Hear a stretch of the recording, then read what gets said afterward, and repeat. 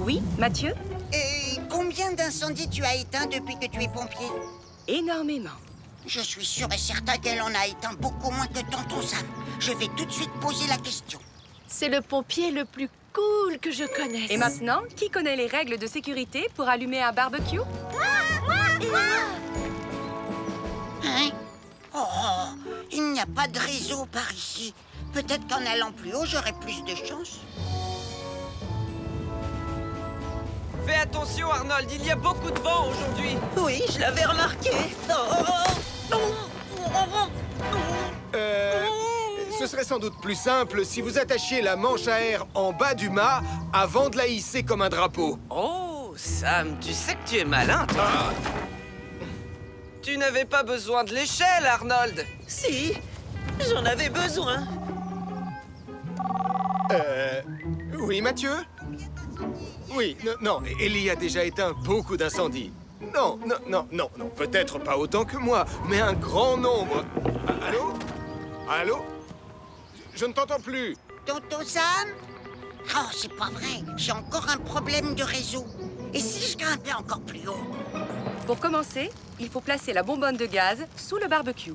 C'est une opération qui demande de faire très attention et surtout quand il y a un feu de camp à proximité. Je vais le faire. Pas question, c'est moi. Calmez-vous, les filles. Nicolas, il est où, Mathieu? Je crois qu'il est parti par là pour essayer de capter le réseau. Écoutez, restez tous les trois ici et surtout ne touchez à rien. J'en ai pas pour longtemps. Je m'occupe d'installer la bonbonne de gaz. Non, Sarah, je vais le faire. Non, c'est moi qui veux le faire. Ellie nous a demandé de ne toucher à rien, je vous rappelle. Depuis quand tu fais ce qu'on te demande? Lâche cette bonbonne. Oh non! Vite, écartez-vous les filles. Ne restez pas dans le sens du vent. Mathieu? Réponds-moi! Oh, je suis là-haut. N'aie pas peur. Si tu gardes ton calme, il ne t'arrivera rien. Accroche-toi bien à l'arbre et descends doucement le pied droit. Oui, c'est bien. Continue comme ça. Descends encore un peu et je pourrai t'attraper. Bravo, mon grand. Vas-y, laisse-toi tomber. Tu n'as aucun souci à te faire, je te rattraperai. Qu'est-ce que je te disais? J'essayais de téléphoner à tonton Sam, mais ce n'est plus la peine maintenant que tu es là. Oh. Finalement, on va devoir téléphoner à Sam le pompier.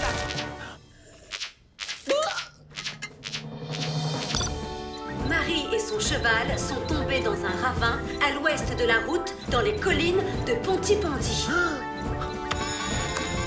Marie et son cheval sont tombés dans un ravin à l'ouest de la route dans les collines de Pontypandy.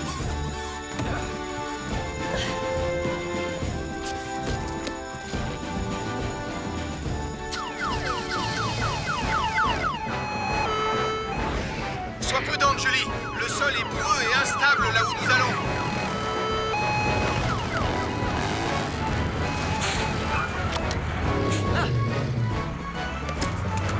Doucement. Marie, est-ce que tu es blessée?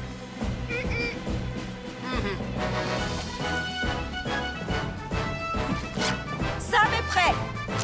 La civière est prête. Alors c'est parti!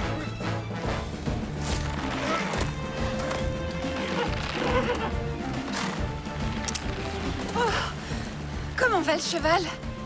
Il avait très peur, mais je l'ai beaucoup caressé et je lui ai dit de ne pas s'inquiéter. Oh, c'est très bien, Marie.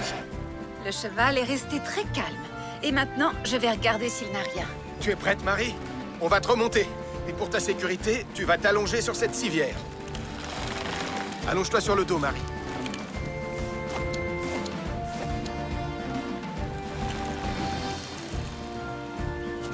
Le cheval va bien. On est prêt. Tu peux envoyer le treuil.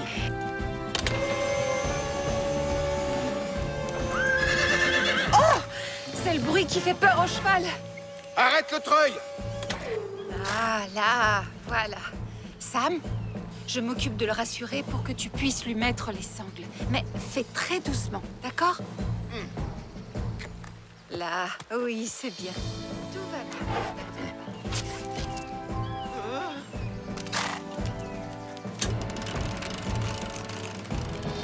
Voilà, il est sauvé. Merci, Lizzie. Qui veut une autre assiette de haricots, jeune cow-boy? Oh, je crois que j'en ai eu assez. Oh, regardez qui voilà! Tout le monde est là, on dirait. Et on a même des invités. Venez, asseyez-vous près du feu. Tu sais, j'avais jamais fait d'équitation pour de vrai. Je suis désolée d'avoir menti à ce sujet. Marie, ce n'est pas une bonne idée de monter à cheval quand on n'a pas pris de leçons. Eh bien, peut-être que je devrais en prendre. Je pense que j'aime bien les chevaux, finalement. Surtout, ne vous approchez pas. C'est à moi, Daniel Steele. Mais qu'est-ce que tu fais, Nicolas? C'est moi le metteur en scène. Mon rôle n'est pas assez important. Recommençons depuis le début. Et tiens-toi au texte, Nicolas Prime. Silence, s'il vous plaît, et action! Au secours! Le hangar à charbon est en train d'être ravagé par un terrible incendie. Partez loin d'ici. Dites au revoir à votre famille. Dites à ma maman que je l'aime. Coupez! Quoi? Nicolas Prime, ce n'est pas dans le texte. Si, commandant, je viens de le Je réécrire. n'aime pas que mon enfant se soit ainsi tourné en ridicule. Recommençons, en respectant le texte. Et action! N'ayez pas peur. Nicolas Prime est là pour vous sauver. Quoi?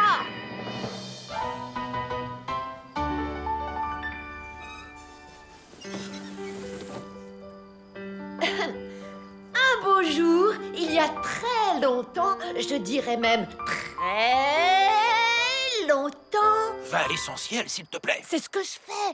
Avant l'apparition des camions de pompiers suréquipés et des hélicoptères surpuissants, le meilleur ami du soldat du feu était son fidèle seau. Passe. Passe le seau à ton voisin. Passe. Passe-le à droite. Quoi? Verse, Ils sont en train de me voler la vedette. Tiens-le bien, tiens-le droit sans avoir les mains moites. Passe. Passe le seau à ton voisin. Passe-le à droite. Verse dedans de l'eau bien fraîche. Tiens-le bien, Mathieu, je t'ai dit de braquer le projecteur sur moi, en permanence, compris? Mais le commandant Steele m'a dit qu'il fallait que je le braque sur les acteurs qui chantent. On se fiche de ce qu'il dit, ce n'est que le metteur en scène, alors que moi, je suis la star. Dirige-le de ce côté et laisse-le là. Le grand Daniel Steele! Non, Nicolas! Non, c'est ici que je me tiens sur scène, alors je te dis de le laisser là. C'est ta faute si le projecteur est tombé. Oh. Ça ne peut pas être ma faute, je suis la star.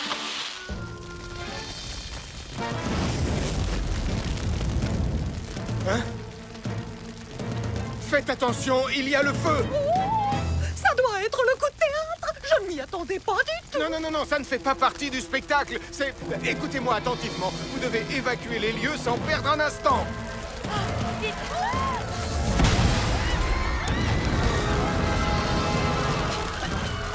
Le centre d'activité montagnarde a pris feu et mon spectacle a pris l'eau. Vous avez bien calibré la lentille du télescope? Oui, juste avant de manger mon sandwich. C'est un sandwich jambon cornichon.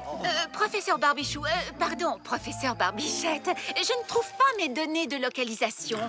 Moi, j'ai les miennes. Puis-je vous rappeler que nous formons une société secrète d'astronomie? Nous ne pouvons pas nous permettre de perdre des données. C'est pour ça que j'ai tout mis dans un classeur. Télescope pointé sur la constellation d'Andromède. Regardez la Voie lactée.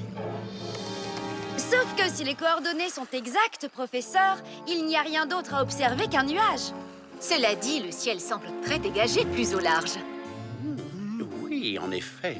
Si nous arrivons à nous éloigner de quelques milles de la côte, nous pourrons enfin observer notre étoile. Mais comment s'éloigner de la côte? Eh bien, par exemple, avec un de ces canons. Parfait. Rassemblez le matériel. Ce soir, rien ne pourra nous arrêter.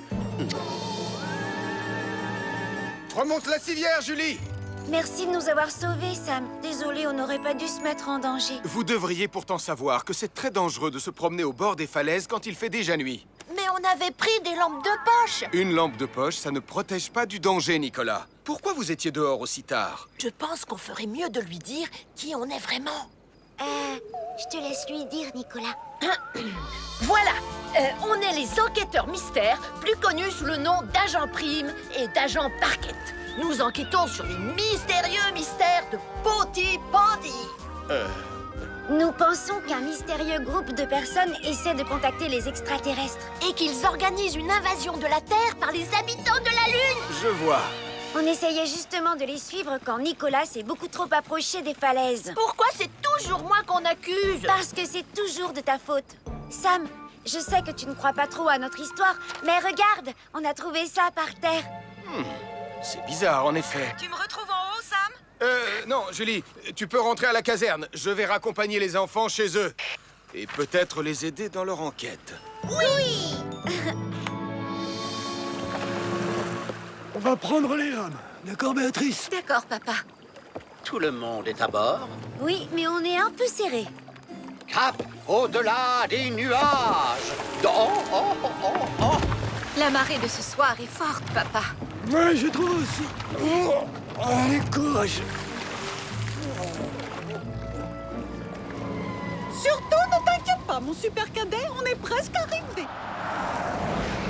Wallaby 2 est toujours là. On a réussi, maman. Oh, je suis là. Mais où sont-ils tous passés? Ça fait le bruit d'un hélicoptère qui décolle, on dirait. Thomas Martin, je viens de décoller avec Wallaby 2. Je suis en route pour le centre d'activité montagnarde pour venir chercher les cadets. Terminé. Maman, on devait être au centre d'activité montagnarde, pas au centre de secours en montagne. Reviens. Oh, ne t'inquiète pas, mon petit ange adoré. Je te promets que tu monteras dans cet hélicoptère. Je connais un raccourci.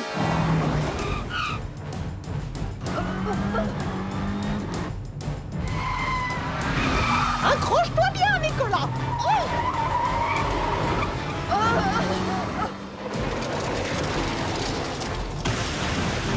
Bravo, mes chaussettes sont trempées.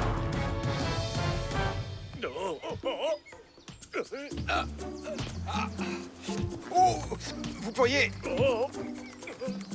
Très bien, les jeunes cadets. Posez les civières. Oh, attendez, pas trop vite. Aïe!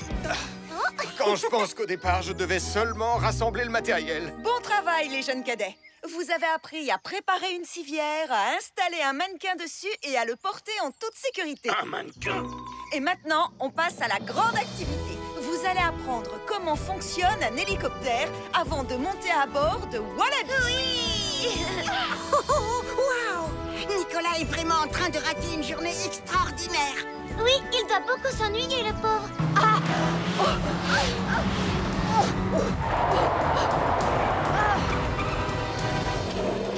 Attention, maman, il y a un arbre juste là. Oh, il n'y était pas la dernière fois. C'était quand? Il y a 10 ans. Oh, Fred, maman, Fred, Qu'est-ce que vous êtes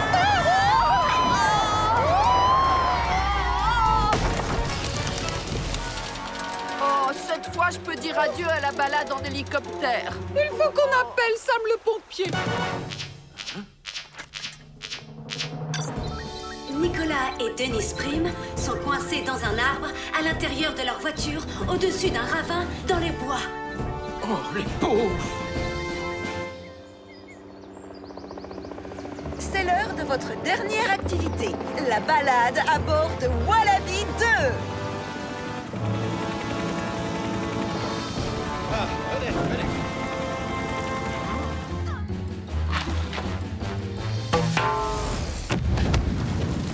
Oh non. Oh non! Je viens de faire un horrible cauchemar. J'ai rêvé que Nicolas Prim lançait une fusée éclairante dans le panier à linge, ce qui mettait le feu à ma maison. Oh, ce n'était pas un cauchemar! En voulant lancer une fusée éclairante, Nicolas Prim a mis le feu à la maison de la famille Caron. En voulant lancer une fusée éclairante, Nicolas Prim a mis le feu à la maison de la famille Caron.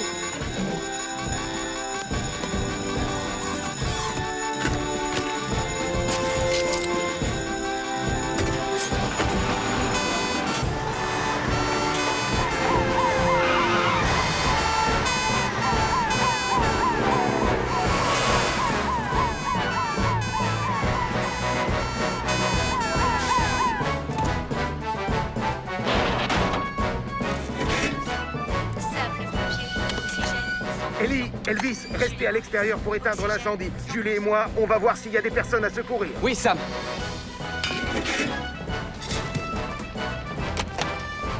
La porte est verrouillée. Je vais devoir l'enfoncer. Incendie! Calme-toi, Nicolas, ce n'est que moi. C'est la voix de Marie. Julie, emmène Max et Nicolas dehors. Je monte à l'étage.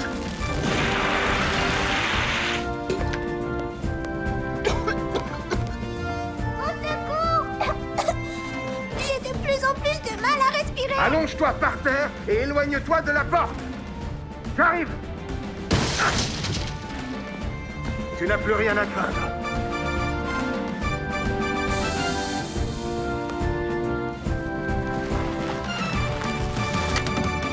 C'est pas vrai. Qu'est-ce qui s'est passé? Nicolas a bien failli réduire notre maison en cendres. Et je crois que je suis malade. J'imagine que tu as attrapé un rhume, ma chérie. Comme tes amis Anna et Mathieu. Tu vois que c'était pas des zombies, Nicolas. Ils sont juste tombés malades. Je m'en doutais. Les fusées éclairantes sont des objets dangereux qui ne doivent surtout pas être allumés dans une maison. Je suis désolée, Sam. Je crois que c'est ce film d'horreur qui a trop fait travailler mon imagination. Ne t'en fais pas, je sais comment te changer les idées. Avec une bonne petite chanson. Oh non. Monte à bord de mon yacht. Faire la fête avec mes hôtes. Lève-toi. Bouge-toi. Mets le soleil dans ton cœur. Oh, cette chanson est encore plus horrible qu'un zombie de Pontypandy. Je vais te dire une chose. Pour une fois, je suis tout à fait d'accord Ils avec toi. deviennent les champions de la chasse aux insectes extraterrestres. Bah, non. Mais si Ben avait besoin de Neptune... Il peut toujours utiliser Titan. De toute façon, on sera de retour avant qu'il ait fini de déjeuner. Les commandes de Neptune sont presque les mêmes que celles du bateau de papa. Augmentez la vitesse de 40 nœuds, ingénieur Joanneau. Oh, je sens que je vais avoir le mal de mer. Tu sais, Elvis, tu n'aurais pas dû te moquer du commandant. Cette fois, le mannequin est très bien caché. C'est froid, froid, glacé. On l'a cherché dans tous les coins. J'ai une idée. Hein? Règle numéro 1, prendre de la hauteur. Plus on est haut, plus on voit loin. Bingo! C'est froid, beaucoup trop froid. À ta place, je jetterai un coup d'œil sur le toit de Jupiter. Hein? Oh! Hein? Quoi? Tu chauffes, tu brûles. Je l'ai trouvé! De ce côté. Ça commence vraiment à secouer, Sarah. Peut-être que tu devrais ralentir un peu. Si tu ralentis maintenant, alors Max et Charlie vont nous battre. Vire à gauche, je voulais dire bâbord. Vers le port? Oh, regarde, ce sont les enfants qui pilotent Neptune. Coucou les enfants. Attends une petite minute, nos enfants pilotent Neptune. Et à toute vitesse en plus. Je crois qu'on devrait tout de suite prévenir Sam le pompier. Nicolas, Marie, Mathieu et Sarah se dirigent vers le large à pleine vitesse à bord de Neptune pour capturer des insectes extraterrestres. Nicolas, Marie, Mathieu et Sarah se dirigent vers le large à pleine vitesse à bord de Neptune pour capturer des insectes extraterrestres. Oh, je regrette le temps où on nous appelait pour sauver des chats coincés dans des arbres.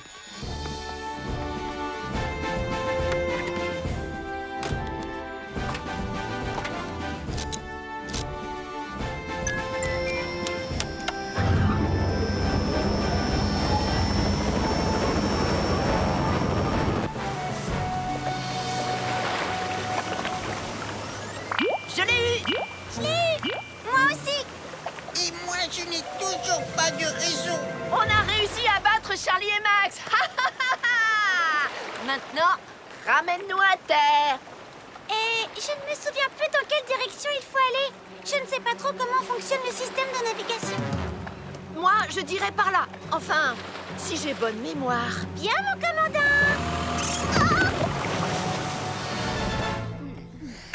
Sam, voilà, il y a eu un petit accident pendant que je lavais ton uniforme. La bonne nouvelle, c'est qu'il est débarrassé de l'odeur. Merci, Elvis, mais je crois que je... Un incendie s'est déclaré chez les Carreaux. Marie, Anna et Nicolas sont coincés à l'intérieur. Un incendie s'est déclaré chez les Carreaux. Marie, Anna et Nicolas sont coincés à l'intérieur.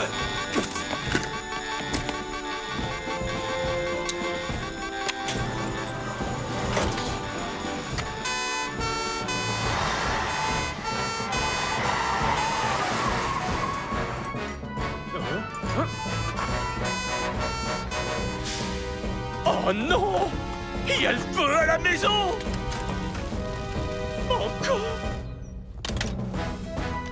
Oxygène 100%. Nicolas, Marie, Anna, mettez-vous le plus loin possible de la porte d'entrée. Tu es prête, Julie? Je suis prête, Sam. Restez au fond de la pièce!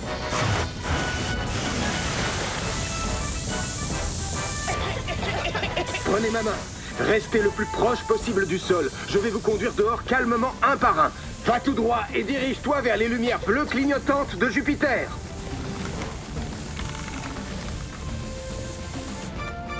Sam, le chat est resté à l'intérieur de la maison. D'accord, Nicolas, je vais le chercher.